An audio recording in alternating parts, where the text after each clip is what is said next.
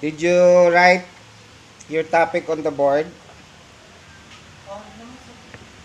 Sige.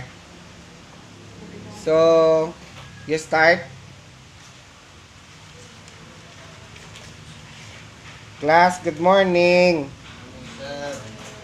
So, welcome to Supply Chain and Management and Control System.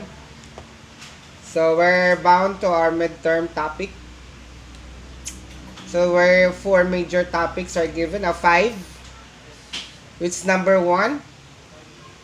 What's number 1 major topic for midterm coverage? What are the benefits? So, what are the benefits of supply chain management? So, what do you think are the benefits? Supply chain is vital for business to reduce cost, improvement efficiency, enhance customer satisfaction, and gain competitive advantage. Oh, how the cost of supply? Now we're talking about effectiveness and what is the benefits of supply chains. So what is the effect of supply of materials? Can you name some of the supplies that needed in the hotel? Cost reduction. Yeah, that is the way how to cost reduction, how to control the supply inside the hotel. What I am asking is, can you give me some of the examples of supplies in the hotel? Inventory management. Yeah, that's the process, my dear. What I am asking now, can you name some of the supply that is found in the hotel? Drinks. For under food and beverage department. That's correct. So, you're looking for supplier like Coke. Depende kung saan tayo nakakontract. Diba, dalawa lang naman dito sa Pilipinas. The Pepsi Cola and the Coca-Cola Philippines. So, if you are a supplier, so meaning to say, the responsibility of supplier is to maintain your supply. So, magdepende sa volume sa needs or demand ng customers. Alam ka naman mag-deliver everyday hintag 1,000 bottles tapos ang consumption na sa 100 pieces lang. So, what will happen? Overstocking.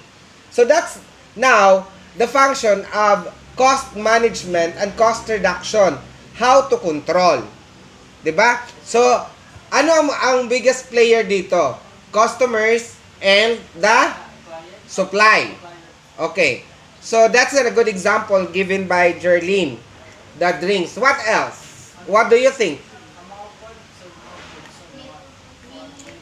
So, hindi tayo nawawala. Sa kitchen pa rin. Lahat ng customers or clients ng isang hotel, kumakain, di ba? So, most of the time, there were clients that will stay for a week inside the hotel. So, they need their basic needs from breakfast, lunch, and dinner. So, the kitchen in the hotel has a great function. Dako gud niya responsibility to maintain the needs of the guests. So, supply is essential. Nakita nyo? So, ang supply sa kitchen dapat maintain. Like, food, drinks, o yung food, hindi lang naman diretso food yan. So, you have supplier sa rice, may supplier ka sa vegetable, may supplier ka sa meat or fish. So, you have the ingredients. No?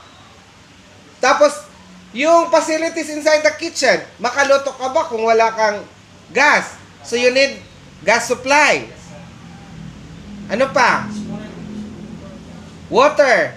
Di ka naman baka saing didan kanon kung waray awas niyo tubig. So, you need what? Water supply. Okay, excuse me. So, you need water supply. So, your topic, John Paul, is what are the benefits? So, what are the benefits now? Can you give us at least 3? Number 1, the benefits of supply. You should have what? Proper inventory management or PMS? Sir. Or CM, SCM. S CM. CM. Anong karuyang singon sa SCM? Supply? Supply chain management. So, under supply chain management, you have the inventory. Alright. So, which is, I have already given an example last meeting. May dana dida form, pakikopya na lang niyo. Then we will follow that form later. Then we will give us an example. The number 2, what are next benefit aside from SCM? Efficient production. Ha? Efficient production. Efficient? Production. Okay. When you say efficient production, dapat kung ang supply sa vegetable and supply meat, diri ging kakaragan damo nga scrap. Dapat nagagamit ko diya into a quality product. Diri kay damo ang karag. Ang bugas pagtutuon damon usik. So dapat anong sabi ni Paul? Efficient Production. efficient production. There is a so-called efficient production. Less wastages. Okay. Next. Supplier negotiation. Ito, sir, Yes, supplier negotiation. Hindi pwede sa isang establishment or organization, labi na kung dako nga hotel, 5-star hotel, nga waray ka supplier. Kay who play the rule? Ikaw, sa kalusad, nga to merkado, balik-balik, di nga, yung mababa kang. Upay, kung direct magbublog imong walang to, untiin sige lusad. Tapos kada order it guest, madalagan ka kay waray stock dito ni imo kusina. So, supplier has a special rule. And what that rule? may negotiation ka pag What are those negotiation nga kailangan niyo? Long-term contract ba kayo with your supplier or short-term contract? Short-term ka lang? long term Are you going to apply a short-term contract? Ang 5-star hotel mo? long term, sir. Siguro, when is that time nga hindi na kayo magkasundo ng supplier mo, that's the time that you're going to look for an option. Yes. Pero, if your contract are being maintained by your second party and the first party, so there is no reason nga mag-blah-blash, di ba? Okay. Next. What, sir? Improvement efficiency. Ha? Improvement efficiency. Improvement efficiency. That's number 4. Can you list down, classmate, what are those talking about, John Paul? Yes, sir. Improvement efficiency. So, although the process was already efficient, but you need to improve. Every now and then, you need to be improved. Okay? Dire kay, masaring ka nga, nasanay naman kami ini nga pamaagi. No? Dili lang hanggang sa nakasanayan. But you need to improve. Ano yung mga system na kailangan nato ni improve para mas efficient ha iyong aduha, both supplier ngan ikaw as nangangarohan demandhan mga supplies or the owner. Number 5, Enchanted customer satisfaction. of course, enhance. Enchanted. Pa, ili man kita yung kantadya. Enhance customers satisfaction. So when we talk about satisfaction, dapat yes, aside from ambience, mao pa ang imong amenities, kontento ang imong clients, si guest is happy and satisfied. So paano natin masatisfied si guest? By giving what? Compliments. Aside from compliments, o adi, libre na. Kay kung permi na lakman libre, lo, giliwat ako. So, aside from, although the guests are paying the right amount of the product, kailangan ang product liwat with quality. Do you see what quality? Yes. The service itself, maupay. Ang iya quality ang pagkaon, marasa. Diriya lugi, ang iya ginbabayan. So, that is satisfaction. Tapos maupay ka nagserbisyo. Maupay ka na atender ha iya. Tatagan mo yung tubig, bis diriya nangangaro. Tatagan mo yung tissue, bis diriya nagtratrapo. That is a personalized service. And that is a good asset being what? Efficient. Efficient nga, hosteler nga pareha eh. That's already 1 to 5. Pwede po yan, sir. Pwede po yan is mitigation. Is mitigation. Tapos, flexibility of... Wala siya kabasa, basaha outro. Ayun na. Then you're going to share that your topic to your classmate, ha?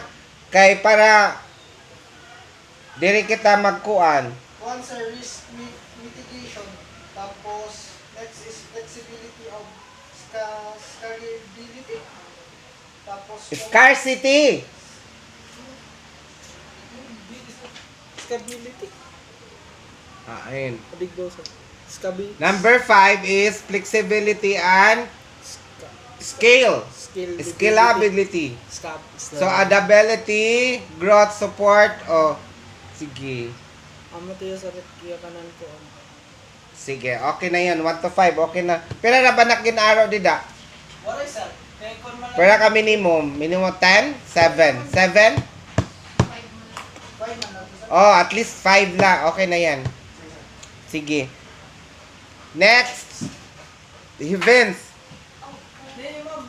Sir, to Jerlyn, sir. Ano topic ni mo, Jerlyn? What are the essential features of supply chain management? Essential? Okay, sige, go ahead. That's John Paul. Yes, sir.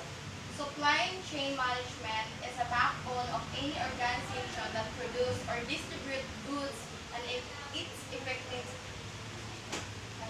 At- hinge on You write first your topic there. Doon tayo magpo-focus. Why supply chain management is so-called as the backbone of the organization or establishment. Bakit siya tinatawag na backbone? Doon nakasalalay? Yes. Kasi kung ma-failure lahat, without the supplier, all the operation in the hotel will be alright, ma-malfunction. Hindi naman agad mag-close. Magkakaproblema lang. No? Hindi naman agad-agad mag-close. Not unless gin-revoke ang mo license. Mag-close ka. Relate. Nagre-revoke. Okay. Alright. Topic ni